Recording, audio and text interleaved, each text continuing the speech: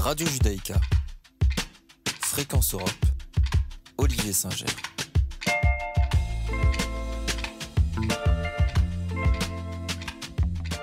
Bonjour à toutes et à tous, je suis ravi de vous retrouver pour l'émission européenne de l'Europe Direct Strasbourg, diffusée sur Radio Judaïka Strasbourg et RCF Alsace.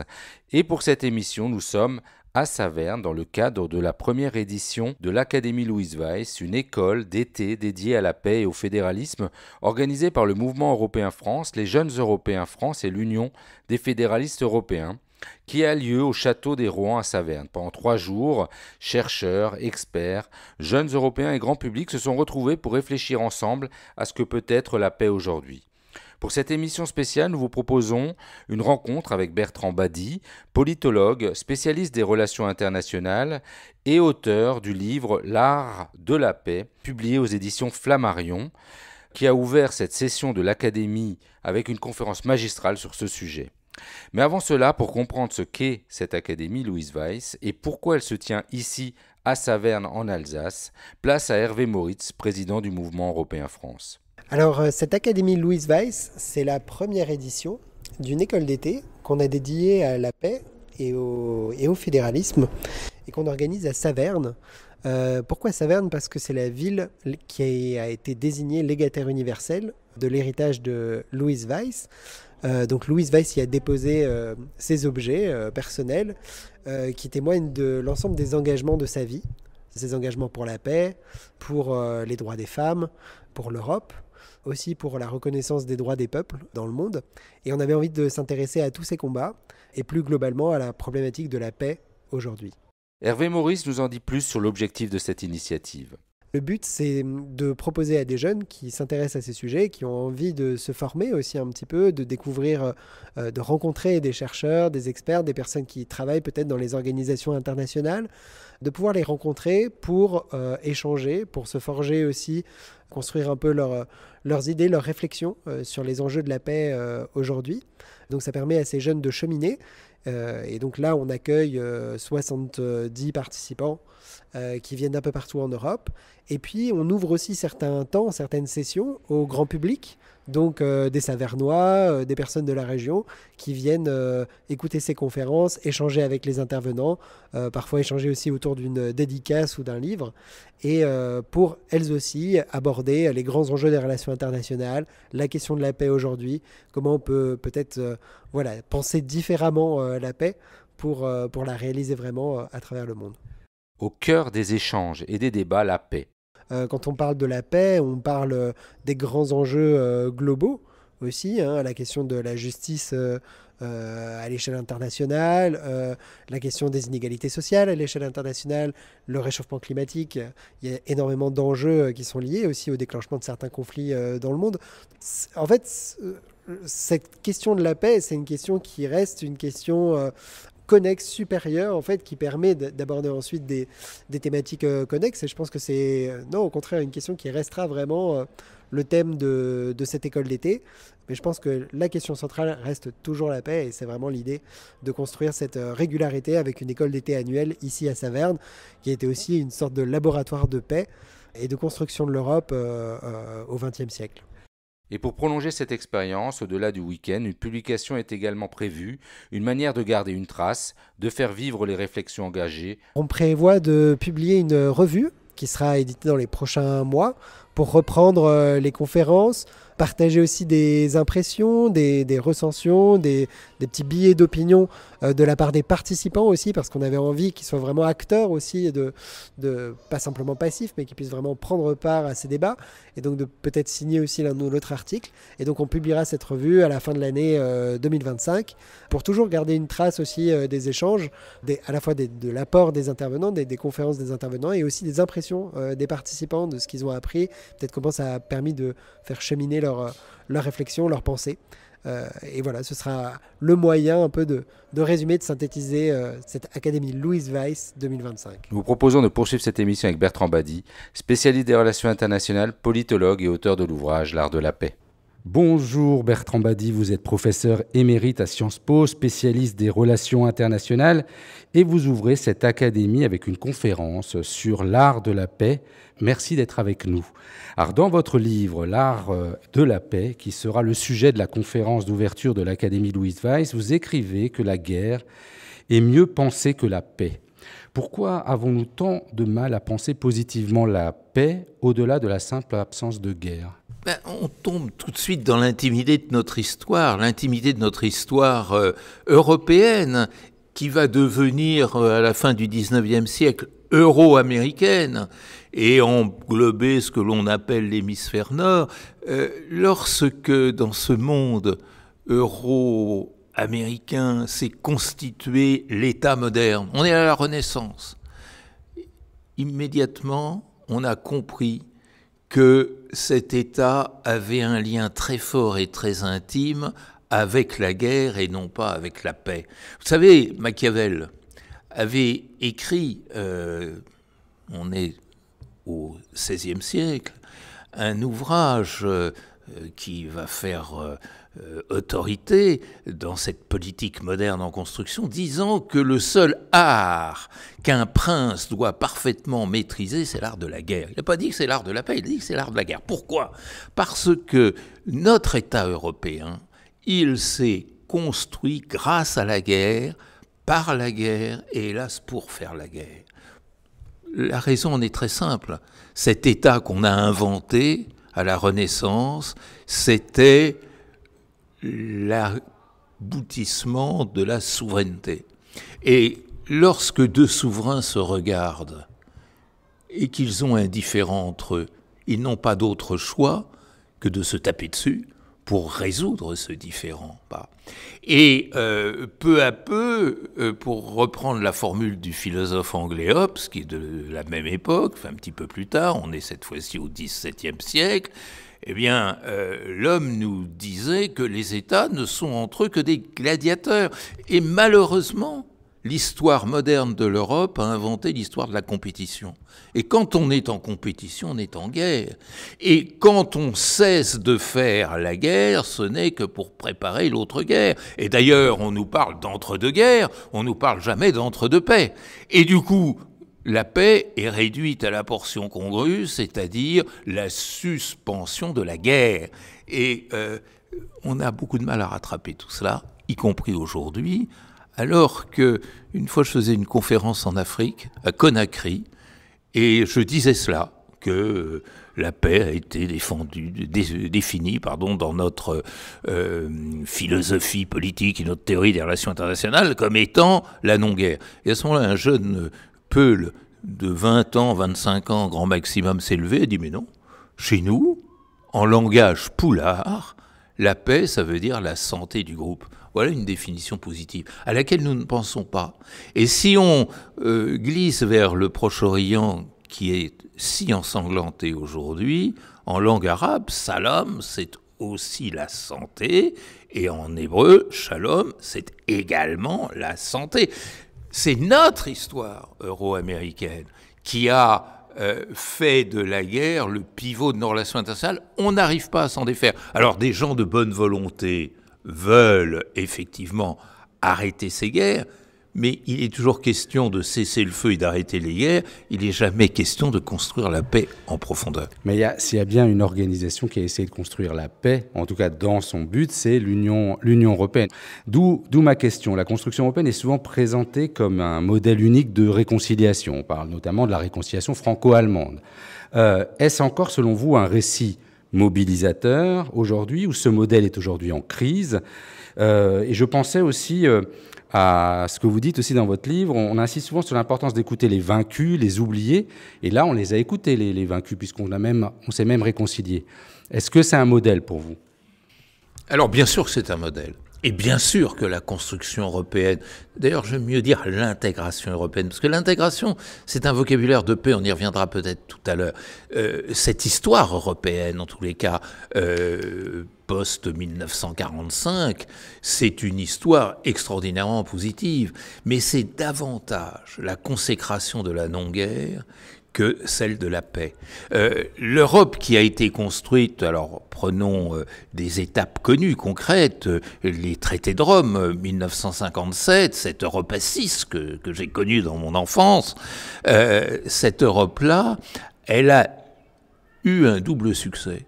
C'est effectivement empêcher une troisième guerre mondiale, troisième guerre intestine à l'Europe, et c'est reconstruire une Europe exsangue après l'horreur de la Seconde Guerre mondiale. Donc vous comprenez que ces deux succès-là, ce n'est pas des succès de paix, c'est des succès de non-guerre. Mais il y a quand même eu, je reviens sur mon terme, une construction, une réflexion sur comment on fait pour maintenir la non-guerre, si on veut. La non-guerre, parce que je ne dis pas que c'est perdu, et je vous dirais même que l'intégration européenne, si elle réussit, ce qui n'est pas encore absolument évident, sera nécessairement un facteur de paix. Mais pour l'instant, elle a réalisé avec succès sa première étape, la non-guerre intérieure. Reste maintenant deux vertus que l'Union européenne n'a toujours pas pour construire la vraie paix. D'abord, de donner un sens positif à l'idée d'intégration. Et pour moi, ça suppose de passer de l'association qu'elle était et qu'elle est encore à la solidarité. La découverte de la solidarité entre Européens, c'est pas encore tout à fait réussi. Donc la paix n'est pas tout à fait atteinte. Il y a eu des moments, moi j'ai été très reconnaissant à Angela Merkel, par exemple, en 2020, d'avoir mutualisé la dette européenne liée en particulier après le Covid. Au Covid, pas après, en plein dedans, hein, et même plutôt au début. Ça, c'était l'étape 2. C'est-à-dire, effectivement, c'est aller au-delà de la non-guerre pour créer la vraie solidarité qui commence à donner une idée positive de la paix. Et puis, il y a le deuxième aspect, et là, je trouve qu'on n'avance pas beaucoup, qui est, attendez, l'Europe, elle n'est pas seule au monde. La vraie paix, elle se construit avec tout le monde. La paix ne peut pas produire des exclusives. S'il y a la paix, c'est la paix de tous. Si un seul acteur, j'allais dire un seul humain des 8 milliards qui peuplent la planète est exclu de la paix, alors on est encore dans la guerre ou dans la non-guerre. Et là où l'Europe ne marche pas, ou ne marche pas suffisamment en tous les cas, c'est qu'elle ne sait pas construire un rapport aux autres. C'est-à-dire l'Europe n'a jamais vraiment compris la mondialisation. On le voit quantité, par exemple, cette attitude inhumaine et guerrière à l'égard de la migration. C'est ça, on n'est pas dans la paix, on est dans la guerre. Hein. Cette espèce de bilan décevant et régressif d'aide au développement et à la coopération.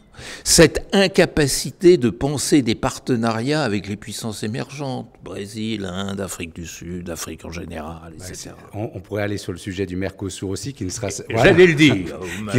Mais on voit bien que c'est très ambivalent. Moi, je pensais aussi à deux choses, peut-être, mais qui sont en lien. C'est par exemple l'idée que effectivement, l'Union européenne se veut aussi comme une puissance normative. Et en même temps, est-ce que ça peut être un élément de puissance de paix ou pas? Le fait que l'Union agisse comme puissance de paix à l'échelle mondiale parce qu'elle a des normes, parce qu'elle a des valeurs qu'elle essaie de défendre. Est-ce que ça marche? Alors, dans l'absolu, c'est évident. C'est-à-dire qu'il n'y a pas de mondialité pacifique sans des normes universelles qui la structurent et qui l'organisent. Mais elle se vante un peu, l'Europe, ou certains Européens, n'est-ce pas, lorsqu'elle se dit le bastion des normes, alors que l'Europe n'a cessé de piétiner le droit international qu'elle a elle-même fabriqué. L'épisode colonial et postcolonial est un exemple terrible. Mais est-ce qu'on dit que c'est les États ou est-ce que c'est l'organisation, là? Ce sont des États de l'Union européenne, d'abord, mais je n'ai pas vu ni entendu l'Union européenne, ou ce qui était d'ailleurs à l'époque des guerres coloniales la communauté européenne, je n'ai pas vu ni entendu celle-ci prendre une position ferme sur le sujet. Et puis deuxièmement, et là je crois que vous mettez le doigt où ça fait mal et où peut-être un jour ça fera du bien. C'est-à-dire qu'une norme n'est acceptable que si elle est universelle. Et l'universel n'est crédible qu'à partir du moment où il est le fruit d'une décision de tous. C'est-à-dire que la faiblesse de l'Europe, c'est de dire j'ai inventé à moi toute seule l'universel. Et ça, c'est pas admissible. C'est pas admissible sur un plan éthique, philosophique, etc., mais c'est pas admissible sur un plan sociologique. C'est-à-dire quand vous parlez avec les personnes les mieux intentionnées d'Asie et d'Afrique, ils vous disent mais attendez, si vous voulez quelque chose d'universel, moi il faut que j'y participe. Il n'y a pas de plus beau texte dans l'absolu que la Déclaration universelle des droits de l'homme du 10 décembre 1948. Mais la commission qui l'a préparée, elle était composée presque exclusivement d'Occidentaux. Et quand je dis presque exclusivement, c'est qu'il y avait un Chinois, mais qui a été formé dans les universités américaines, et un Libanais qui était maronite, c'est-à-dire de cette fraction de la population libanaise qui est la plus exposée à la socialisation occidentale. Donc, il y a là quand même quelque chose. Moi, j'aimerais que l'Europe redécouvre l'humain. On n'y est pas vraiment. Alors, ça me fait penser. Moi, je reste un peu sur la thématique. Cette fois-ci, je pense aux élargissements. Les élargissements, c'est un sujet aujourd'hui de l'Union européenne. On dit souvent que les élargissements sont plus ou moins bloqués par des process qui sont quand même très compliqués et très lourds. Est-ce que vous pensez que les élargissements passés aux pays d'Europe centrale, notamment à quelques pays des Balkans, ont renforcé la paix en Europe, et que l'élargissement, par exemple maintenant à l'Ukraine, dont on parle, puisque l'OTAN, on va dire que ce n'est pas vraiment à l'ordre du jour, ou en tout cas beaucoup plus complexe, mais que l'élargissement à l'Ukraine, voire la Moldavie, pourrait jouer ce rôle de paix? Vous savez, moi je crois, dès qu'on construit une communauté, et l'Union est censée être une communauté, que cette construction communautaire, cette intégration, comme je disais tout à l'heure, n'est possible que sur une base contractuelle. D'ailleurs, la grande philosophie politique moderne, et pas seulement occidentale, vous la retrouvez par exemple dans la philosophie arabe, repose sur cette idée de contrat. C'est-à-dire, on s'entend d'égal à égal et à parité sur un projet que l'on veut commun. L'ambiguïté de l'élargissement à l'Europe centrale et orientale, au PECO, comme on disait à l'époque, tient probablement à la vitesse, à la rapidité et à l'inattention. Dans la précipitation liée à l'euphorie de l'effondrement du système soviétique, on a brûlé des étapes. C'est-à-dire, on n'a pas pris le temps de se contractualiser. On parlait des traités de Rome tout à l'heure. Les traités de Rome, ils sont à 1945 plus 12. Si on prend l'élargissement, on n'est même pas à la moitié de ce délai. Et l'écart qu'il y a entre des États issus de ce qui était le bloc libéral, démocratique occidental et de ce qui est le bloc soviétique était extrêmement important. Finalement, beaucoup plus que ce qui paraît séparer la France de l'Italie ou même de l'Allemagne. Donc, ce travail d'élargissement que j'ai vécu en direct de par ma génération, il a été bâclé. Donc, le contrat est ambigu. Donc, c'est ce qu'on pourrait dire par rapport à la Hongrie aujourd'hui, parce que voilà, c'est un pays qui finalement ne respecte pas les valeurs. C'est un régime en tous les cas. Je ne jetterai pas la pierre à la Hongrie. D'ailleurs, on a vu comment le maire de Budapest a fait preuve de courage. Comme quand je disais Hongrie, je pensais c'est un nom pour un politique. Oui. Mais en même temps, et ce sur quoi je suis totalement d'accord avec vous, Orban n'est pas un accident de l'histoire. D'abord, c'est un homme qui a été élu, réélu, qui appartient à ce courant national populiste qui n'est pas l'exclusivité de la Hongrie, mais dont fondamentalement on s'aperçoit qu'il n'est pas contractuel.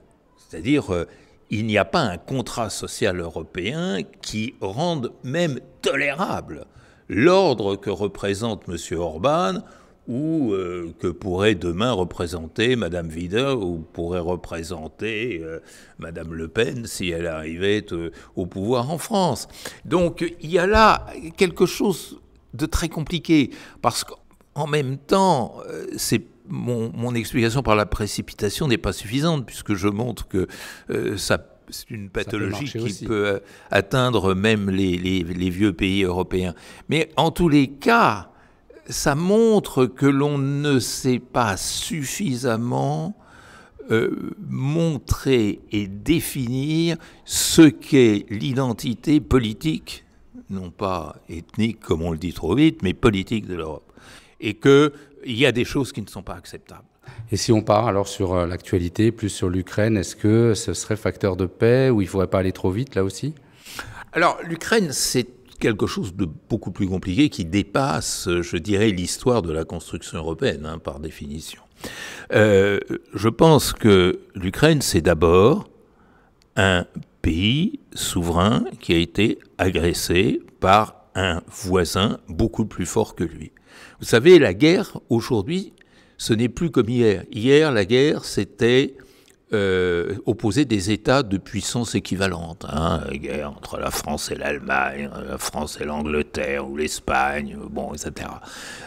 L'Empire. Donc, le conflit russo-ukrainien, c'est un conflit inégal, du fort contre le faible. Et le faible a résisté. Et le fort a perdu. Puisqu'au bout de plus de 3 ans, le fort, il ne contrôle que 18% du territoire ukrainien. Bon. Mais on n'a probablement pas pris la mesure de ce qu'était la gravité d'une agression et d'une conquête, au sens classique du terme, et le succès phénoménal de la résistance sociale ukrainienne. Mais derrière cela, il faut toujours essayer de comprendre en relations internationales pourquoi le tsar Poutine s'est comporté de la sorte. Pour renforcer sa popularité, renforcer son propre pouvoir, en jouant à fond sur l'argument nationaliste et de la puissance restaurée. Vous savez, Poutine, il avait inventé le « Make Russia Great Again » avant l'autre aux États-Unis. Hein, et il a tout misé de sa vie politique sur la restauration de la puissance russe. Ça a été un poison que de laisser un acteur du jeu européen restaurer par la force et la violence sa puissance passée et perdue. Donc, il faut d'une part contenir cette agression. Et l'Europe, d'ailleurs, c'est relativement bien conduit de ce point de vue-là. Je pense qu'il n'y a pas de reproche à lui faire. Il n'y aurait pas la même chose des États-Unis aujourd'hui. On le dit peu, hein, mais que c'est quand même l'Europe qui soutient le plus voilà. l'Ukraine. Mais là même, ça ne suffit pas. Parce que, encore une fois, moi, je suis pour la paix et pas pour la non-guerre. C'est-à-dire, la non-guerre, c'est effectivement dissuader Poutine d'agresser son petit voisin, je dirais, et c'est l'arrêter dans sa fureur conquérante. Mais la paix, c'est la coexistence, nous explique Aristote. Et il faut créer les conditions d'une coexistence en Europe.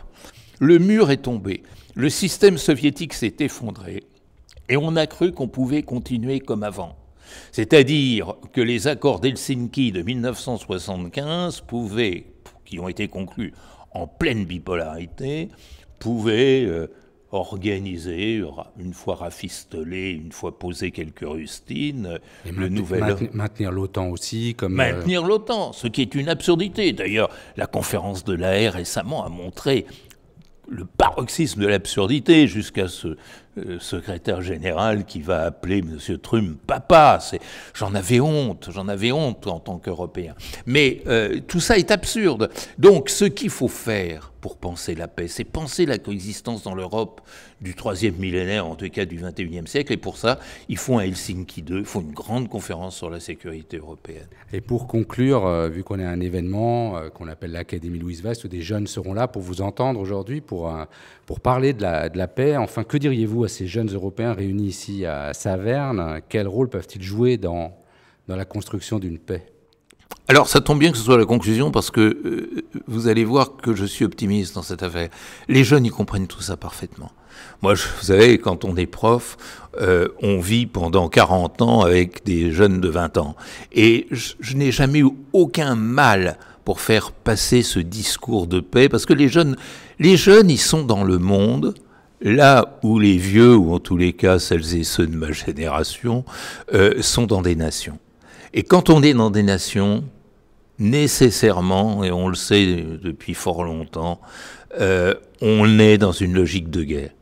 Donc, quand on est dans le monde, on est dans une logique humaine, c'est-à-dire on se définit comme humain, et quand on se définit comme humain, on tient la paix pour beaucoup plus utile, économique et avantageuse que la guerre. Alors que quand on est dans une logique d'appartenance nationale, on a tendance à considérer que sinon la guerre, du moins la compétition, mais la guerre c'est la compétition paroxystique, c'est dans la nature des choses.